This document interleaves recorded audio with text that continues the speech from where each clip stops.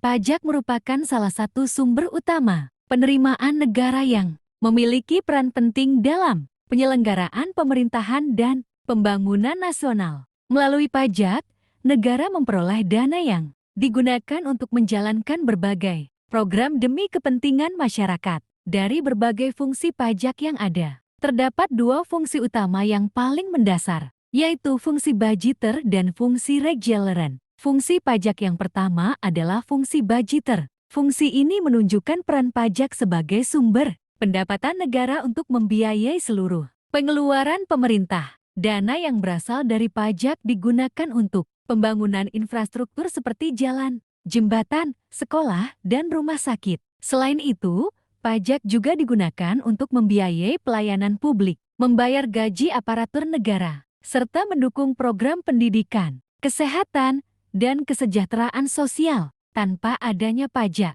negara akan mengalami kesulitan dalam menjalankan tugas dan tanggung jawabnya untuk melayani masyarakat. Fungsi pajak yang kedua adalah fungsi reguleran atau fungsi mengatur. Dalam fungsi ini, pajak digunakan oleh pemerintah sebagai alat untuk mengatur dan mengarahkan kegiatan ekonomi dan sosial masyarakat. Melalui kebijakan perpajakan, pemerintah dapat mendorong atau membatasi aktivitas tertentu. Contohnya, pengenaan pajak yang tinggi terhadap rokok dan minuman beralkohol bertujuan untuk mengurangi konsumsi karena berdampak negatif bagi kesehatan. Sebaliknya, pemberian insentif atau keringanan pajak kepada pelaku usaha tertentu bertujuan untuk mendorong investasi, membuka lapangan kerja, dan meningkatkan pertumbuhan ekonomi. Dengan adanya fungsi budgeter dan fungsi reguleran, pajak tidak hanya berperan sebagai sumber penerimaan negara,